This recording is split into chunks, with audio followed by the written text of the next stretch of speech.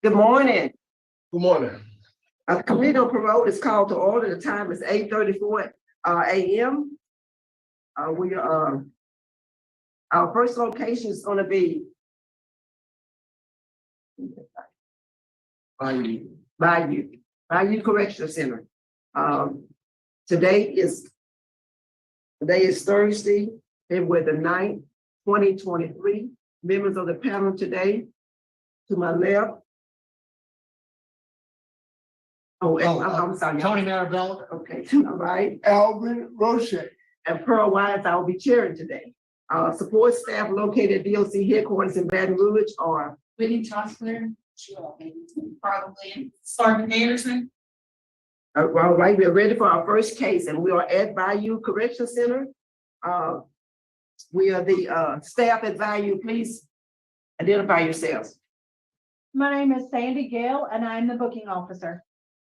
Thank you, Ms. Sanders. Anyone else there with you? No, ma'am, just me and Mr. Owens. Ms. Sandy, at the appropriate time, we're going to be asking you about his disciplinary and what he has been doing lately. So I hope someone will be prepared to give us some kind of update as to how he's been doing. Yes, Especially, yes, ma'am, at the appropriate time. Thank you. So, sir, would you give us your name and your DOC number, please? Damon Owens, 5666770. All right, Ms. Owens. Again, you've heard my name is Pearl Wise, and you are our first case here today. Let me explain the process to you. I'm going to read some information to the record, and then we'll conduct a parole interview with you.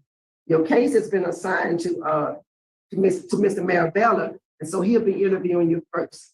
After all the questions, I see you got some guests. Let me call them. You got some supporters here this morning. Because I cannot always pronounce the first name, I'm gonna go with the last name. And y'all would just kind of wave, I know who I'm talking to. Miss Mary Walls. She's out with an interview. Oh, gotcha, okay. Miss Cynthia. Okay. You're his mother, you're his mother, yes, ma'am. Oh, yeah, Miss Walls is his mother-in-law. His girlfriend, Miss Walls, okay. Damian Tillman, his son, okay. And the other Zion Walls, another son. All right. Thank y'all for coming today. It's very important that y'all are invested in his success. All right, let me read the information. I get you to open up here. I'm going to read this information in the record and then interviewed by Mr. Marabella. And we ask that you answer his questions. Your name is Damian Walls, Damian Eltron Owens, I'm sorry. Walls, and I see Owens sitting here. The DOC number is 566-770. You're listed as a fifth offender. Your current offense is simple burglary of inhabited dwelling and you are habitual offender. You were sentenced originally on October the 24th of 2018. Then you were re-sentenced on July 15th of 2022. Your original sentence was 10 years hard labor with the reentry program. And then you were re-sentenced on 7/15/22 to 10 years hard labor. Your parole date is listed as 7/15/2022. You do not earn good time, and your full term date is February the 16th of 2028. Does that sound correct? Yes, ma'am. Right. Answer, Mr. Marabella. Thank you, Madam Chairman. Mr. Owens, my name is Tony Marabella. I'll be the one starting out the questioning, okay? Can you hear me okay? Yes, sir. How old are you, Mr. Owens? I'm 41 years old. And how long have you been in prison this time? 62 months.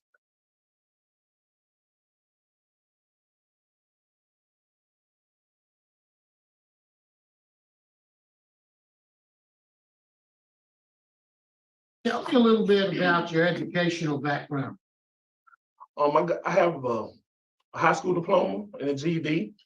I attended the University of Texas in Austin on an academic scholarship after I was released from juvenile. Since I've been out, I wanted to be a nurse, but I fell out of school. Maybe I was 19, 20. But since then, I've been pursuing welding and plumbing since I've been incarcerated through NCCR.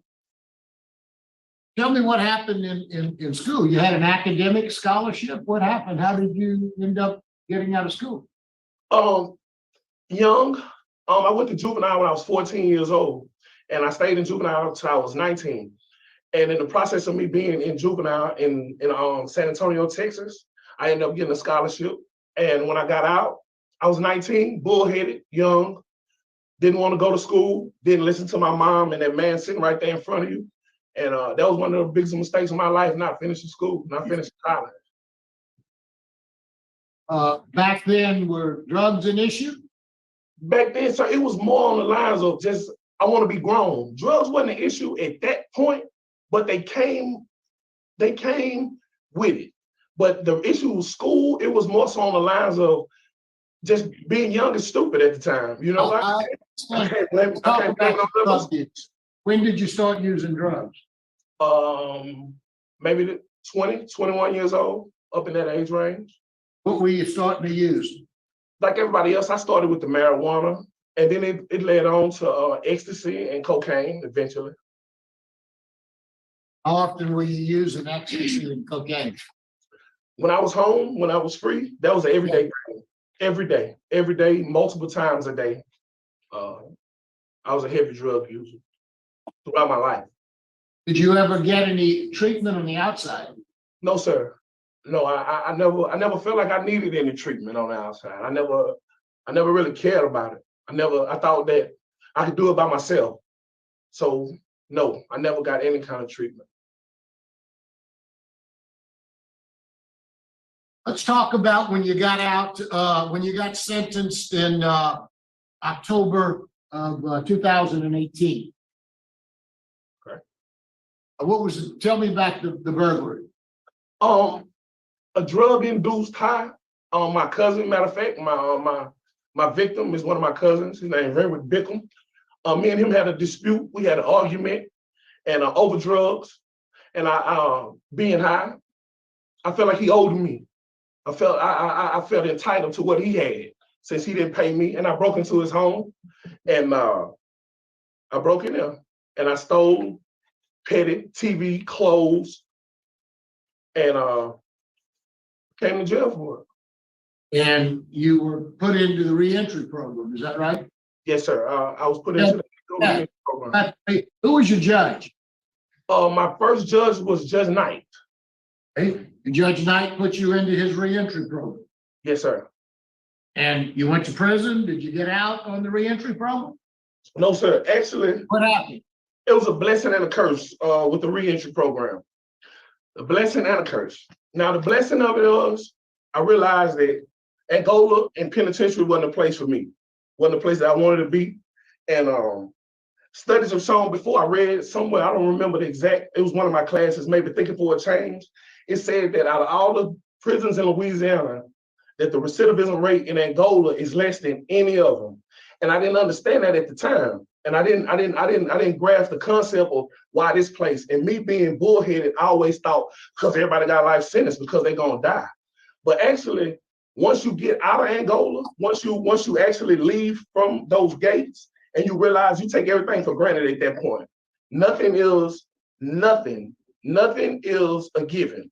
Everything is appreciated. From being there with your family, from breathing to walking down the street. And so the reentry program, like I said before, I've been in and out of systems since I was 14 years old. So sitting in classes and doing that, I was trained to do that. I was a poster child for that. I know the steps in the classes, and I know all of that stuff. I knew it. And so I felt like when I went to the program, this was just another easy way out, another way I could just come home real quick, go in here and do it. But the one thing that I found out that those guys out there, they can weed you out. They know when you for real, and they know when you fake. Excuse me, sir? Why did you get weeded out? I got weeded out because I was being manipulative. Saying one thing, doing something else. And the mentors. Don't you think that's the trait of a drug addict? Yes, sir. That's definitely the trait of a drug addict. That's definitely that. Excuse me. So what happened then? After you got weeded out, what happened? Went back to Judge Knight?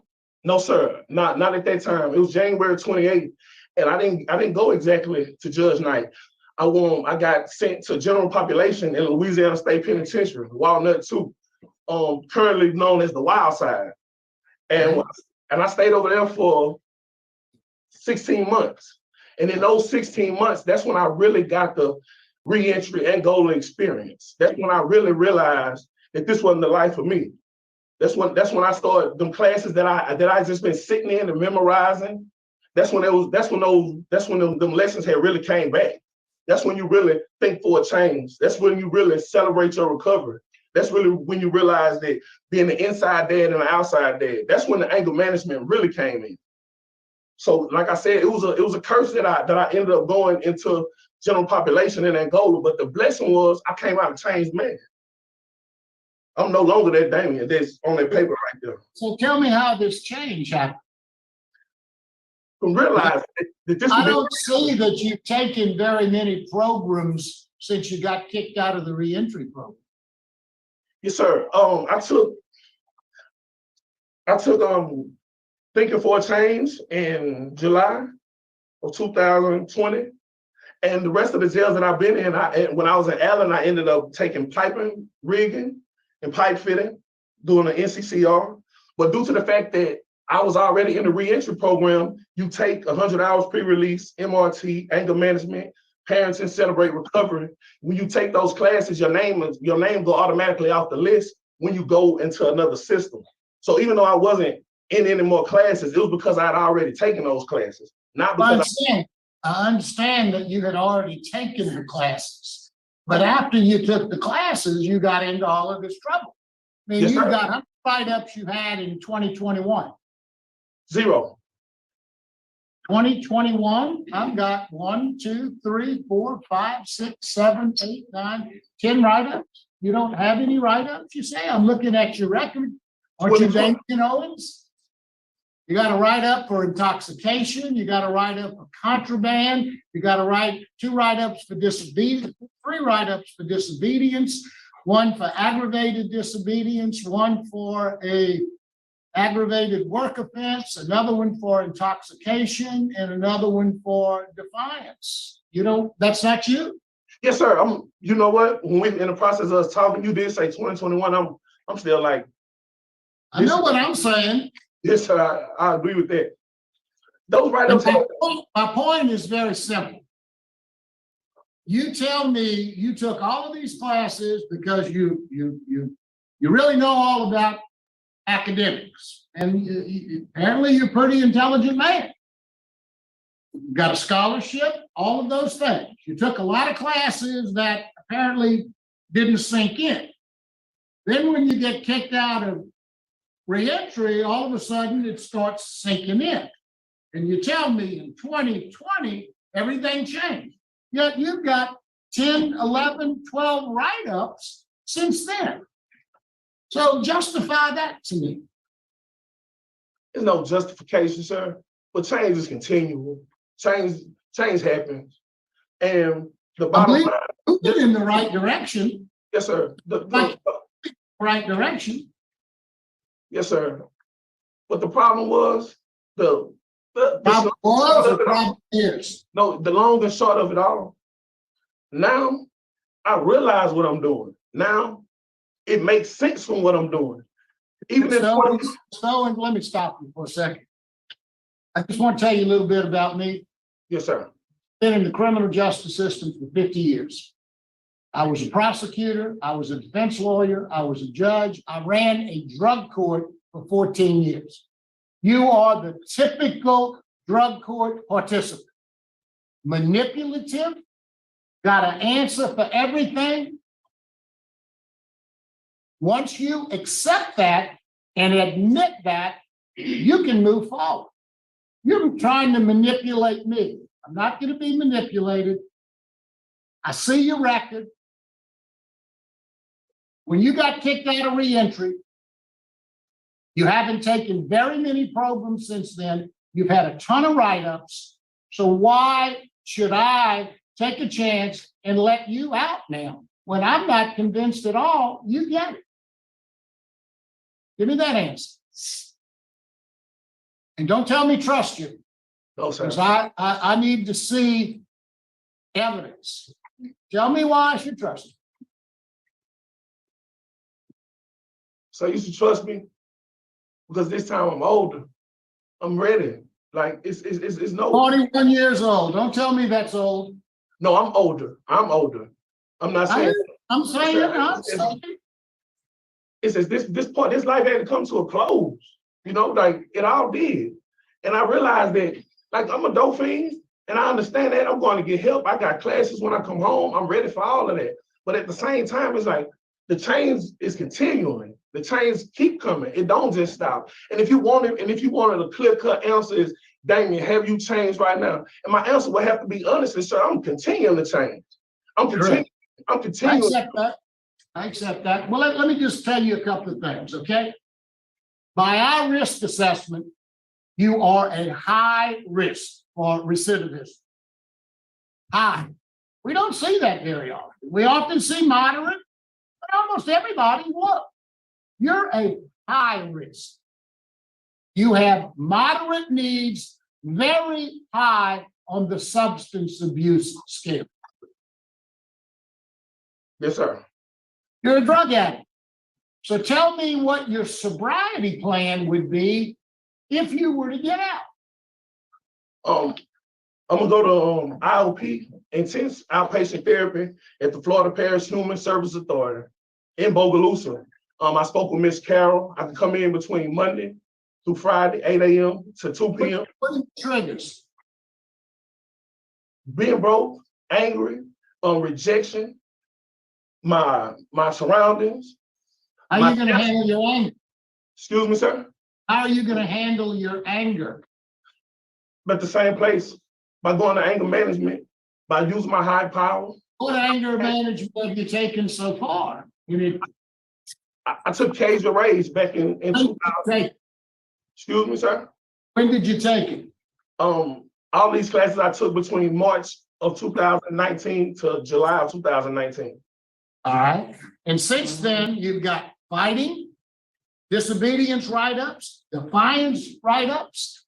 That doesn't show me that you're in control of your anger. No, sir. Like I just said, the change is continuing, and I realize that I do need help with it. That's the reason why that I take it.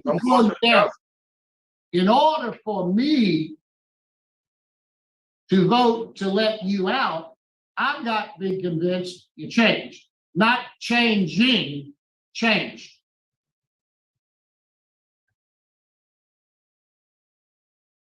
Follow what I'm saying? Yes, sir. Now, tell me about your substance abuse issues. Have you had any long-term substance abuse treatment while you've been in prison? Have you been to Steve Hoyle? Have you been to any long-term drug rehabs while you've been in prison? No, sir. The places that I've been, none of them offered it. But I do go to NANA counseling when it's available. What was reentry? Reentry didn't have any substance abuse component to it at all? Yes, sir. They had to celebrate recovery. That's what you decided you didn't need, right? At that time, you're right. And that wasn't long ago. That was 3 years ago. Well, you haven't taken any substance abuse since then. Any place I've been that offered it, I have taken it. Well, what did you take? Only thing that they offered was an NANA classes on. I'm not saying that it wasn't offered to you. I'm saying you didn't take it. Yes, sir, I have. I'm sorry that it wasn't available to you, but you chose to get out of one of the best programs the Department of Corrections has, the reentry program. And Judge Knight is the architect of that program. You had all of the advantages and didn't take advantage of it. And I think it's because you're a drug addict. You're not a bad guy. You've got a disease. You're a drug addict. Yes, and drug addicts are manipulative. You convince yourself you can do anything, but you're not going to convince me by manipulating me. I have to see evidence. The evidence I see is you continue to get intoxicated, fight, disobey, defy. I haven't seen the change.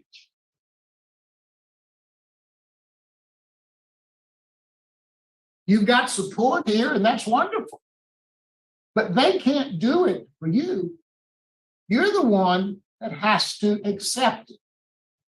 I'm not convinced, I don't think, I'm gonna wait and listen to everybody else that has to talk. But I'm not convinced that you're ready. We have someone, Madam Chairman, there that can tell us a little bit about. Yes, sir. Ms. Sandra, what can you tell us about how this young man has been doing of late? We received Damon in July, on July 20th of 2022. With out-of-state detainer, which has since been removed from his record. Okay. He has only had one write-up since he has been here.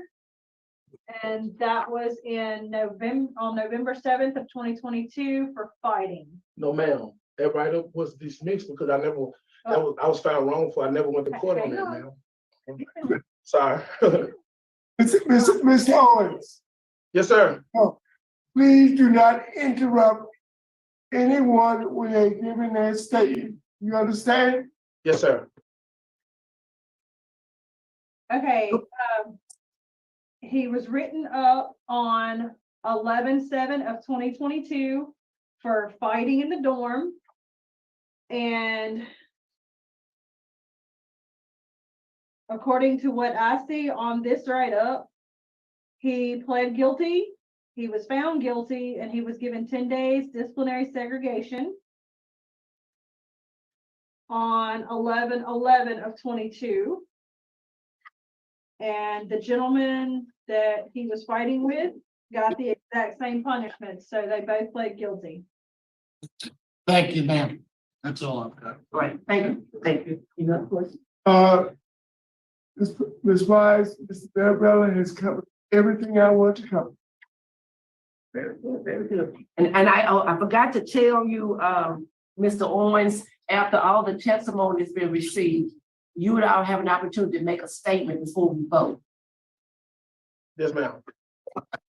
So at this time, with no other questions, we, three of your family members can speak. Ms. Cynthia, would you please come to the podium? Tell us who you are and your relationship to Mr. Owens and what you would like for us to know. And you do have 3 minutes. My name is Cynthia, and I'm Damon. As he said, that he's been juvenile since 14. I've been, at one time, I was a single parent and raising him. Sent him to some of the best of school and was there for him. And during the time of him being incarcerated, I always would just, want my son to get out of jail, get out of jail, get out of jail. When he went to jail, in 18, there was an officer that came to my house. It was Anthony Jones, a Bogalusa Police Department, that came to my house looking for me. And I told the officer, if you give me your card, I will get him here. And yes, he was on drugs running from here to there. But my mother called the police on my brother, and he did 20 years in jail. So I said that if my mother could do it, I could do it too. I'd rather see him locked up than running from the jailhouse. And as I said before, always moaning my Lord, let them get out of jail. Let him get out of jail. My prayer now, and after when I called him in 18, and he's been locked down on this now, my prayer now is that he be a changed man. Not that he just get out, because I live in Bogalusa, so I see it all the time, that you pray for them to get out and they come home, get on bad drugs or not used to the drugs that's on the streets, and they die out of jail 2 days. So on this here, my prayer is that he be a changed man. And I'm not coming to you, asking you to let him out just because I'm that mother saying that. I feel in my heart, because I would not be here, because as I said, I'm the one that called the police to get him locked up. I would not be here asking to give him a chance, because yes, he has a set of 16, that'll be 17 in a few months. He had a relationship with a young lady that we went to church, he went to church with in Bunnygo when we lived there, so he's been knowing her. I'm coming and asking as a mother to give him a chance. I believe it in my heart, like I said, if I wouldn't, I would be praying, and I'd rather see him in jail than out on the streets dead. So if he coming with false and not believing that he's changed, in my heart, I feel that he's changed. If not, I would not ask. And yes, he is my only son. I'm 63, I want to enjoy him, I'm retired. But I have to basketball, this and that, and I have COPD. But I believe in all my heart that my son has changed. Yes, and when you sit up to talk and listen at them, but when they're being manipulated and dealing with drugs at all times, even when they talk Start straight, wrapping it up, ma'am. Start okay, wrapping it up. even when they talk straight, you feel as though you have to look at them again. But I'm, as his mother, and as I just said, that yes, I feel within my heart, because if not, I'd rather see him sit there and live than to be out on the streets and dead. Thank you, ma'am. Thank you for sharing. Miss Walls, girlfriend. She went over her 3 minutes. I'm sorry. That's okay. I can assure you. But I'm done with school. I'm coming before you because he gets out, Damien has a job, okay? We like to see the letter. Oh, no, Um, no, it's with who? Who's the job with? it is with nothing but the smoke out of Ogalusa. Yes, and the person that done give him the job is also a pastor of the church. He got some other groups, he passes everything to him as well. Where's gonna be going to his counseling for substance abuse and everything else, located in Ogalusa, on Austin Street. And he also has, he does preschool that he's taking, it's also in ECER, NCCER, they're all there. If, you know, if they put them in correctly, they're there, not anything that happens to put in. But I'm also, as you know, say, I've known Damien since he was in the 5th grade. No, he hasn't always been the model citizen. But took us some time to get where we are now. And I ventured out and I went to the military and I retired. I did 2 years, 2 tours to Iraq. I don't think part of it allowed me. We all give stuff in the world, but to know a person is to know. And I know him this way, and I know him that way, 2000. So I think the change is there. That for where he's sitting, he's been a role model to my children, to let them know that jail is not peaceful, to help them stay on the right path. It's to tell them his way of teaching them is to tell him what he's going to get, what he has, so they're coming. I feel like he's gonna, so it's time to be on board. So that's for me. I love this. You know, and I ask for the chance to be out. Better citizens. Anything I can do to help, I don't want to get it. We don't have power, steal, drug, none of that. I'll sit in that treatment class with you. I'll pay for it. We allowed to. And thank you for your service, ma'am. Yes, Thank you. ma'am. All right, all right. My name is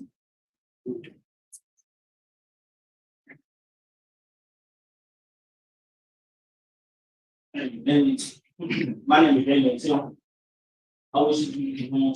I lost my mother late in 2020 to cancer. I wish I had me in my life. Show me the right way. So that I can be. I can show him the right way. Be a role model to him, be a role model to me. That's it. And just evolve. Thank you. Thank you. I'm sorry for your loss of your mom. Okay. So Damien, is anything you want to tell this panel before we vote?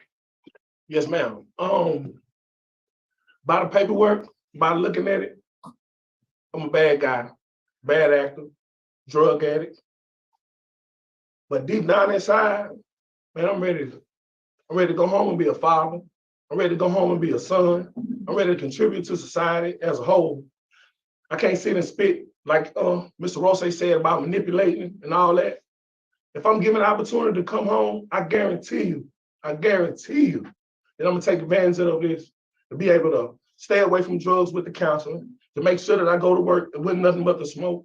And when my mom was just talking right there, like it brought tears to my eyes, because you asked me earlier, Mr. Rowe, you said one of my major triggers. And when I really thought about it, when me and my mom not on the same page, when me and my mother not talking, when I feel like she not being my friend, then I turn to run into the streets. I think so that's that right there is my biggest trigger.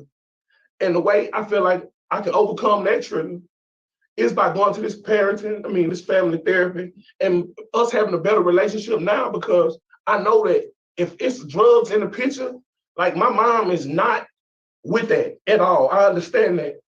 And I feel like I want that relationship to be there, because I lost my father, and everybody has taken a loss between 2020 and today, everybody. So, but that was my biggest trigger. And if given a chance to come home, I'll take advantage of it. Thank you. Thank you. Thank you. Can we ready to vote? Yes. Yeah, Bill? Mr. Owens, let me start out by saying I never said you were a bad man, and I don't believe you're a bad man. I think you're a drug addict. I think you've done some bad things as a result of the drugs. I wouldn't be asking you all of those questions if I didn't think that you were rehabilitating. I think you're on the right track. You've got a wonderful family that supports you. Your mother is very honest and very aware of the problems. I think as a mother, she's believing that you're changed, and she wants you to change. And I think you're changing. I do. But I don't think you fully grasp the disease that you have in drug addiction. You're still at that denial stage. You believe you can do it all on your own, and you can't. You need long-term substance abuse treatment. Your mother is absolutely correct. I have seen everything that she said today. When I ran the drug court, 14 years, I went to 16 funerals, because they thought they had it by the tail and they didn't need all the tools they learned. You slip up one time, you can't use the drugs you used to use when you've been sober for a long time. And the drugs are even worse now than they were when you were out. You go back and you go take a hit on something, you could be dead before you even know it.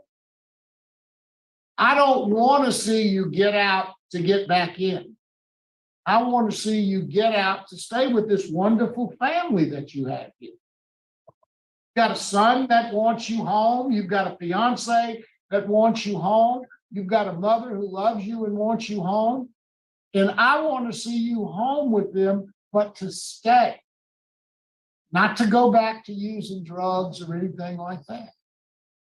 I think you're on your way. I really do. But I think you need to look a little more and be a little more honest with yourself. Because drugs is not a choice. Drugs are a disease. And it's not something that you can take a pill for and get cured. You're going to be a drug addict and you're going to have this disease your entire life.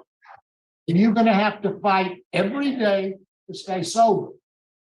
But once you get out with the tools to stay sober and the love that you have with this family that's here, that should be enough to keep you out. But you need the tools. They can love you and want you to do right all they can. That won't change you unless you change. Based upon your disciplinary record, I mean, you got a write-up just 4 months ago of fighting. Well, you know, I'm not gonna argue with you. Even if that one wasn't up, you had all these other ones. Okay? You have a long criminal history, you have a horrible supervision history, you have opposition from law enforcement, you are a high risk, and you have high moderate needs, but high risk for substance abuse. My vote today is to recommend to you that you try to get into a long-term treatment program. Steve Hoyle, for example, they will help you look internally to see what the cause of the problem is and help you get the tools to be able to change that. I'm just one vote, but that's my vote. My vote is to deny you, and I want you to hear me. I don't believe you're a bad guy. I don't believe that you're not changing. You just haven't gotten it. And like I said, I want to see you get out, but I want to see you stay out. 41 years old is young. In the next year or so, you can come back before this board and be back on the street. You can get some good treatment. Madam Chairman. Thank you. Mr. Roche? Thank you, Madam Chairman. Mr. Owens, good morning. Good morning, sir. I want to echo everything that Mr. Marabella had just said.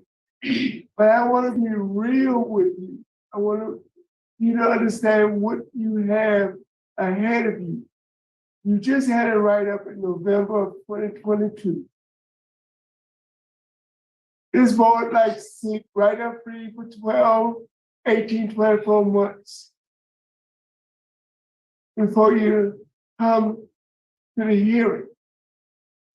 So you have at least 18, 24 months before I think you should reapply, saying that you have no write-ups, that you've had substance abuse treatment, that you've taken all the basic good time classes. For all the same reasons, I'm going to deny your request. Well, urge you, please stay right up free. Try to get into a substance abuse treatment program. Check with your classification officer, write DOC. Do your best to get into a program, take additional programs, and when you come up again in 18, 24 months, I think it'll be a different story. Thank you, Madam Chairman. Thank you, O'Shea. Mr. Owens, Zion wrote a letter to us that I had the opportunity to read, and I just really appreciate that. He said that it's been a long time. And he had capital in a long time.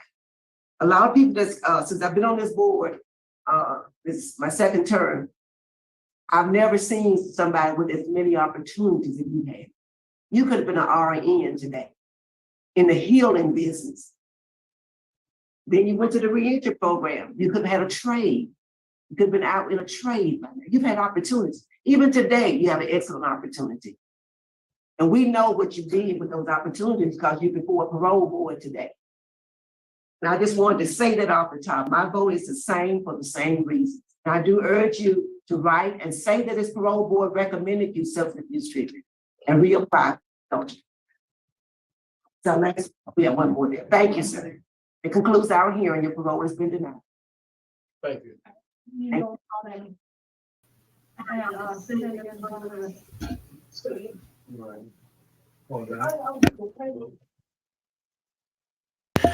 Wow, that guy was so charismatic. He was so well spoken, and I was falling for it. And Mr. Mirabella was not. That hearing had so many like one-liners and stories and examples in there.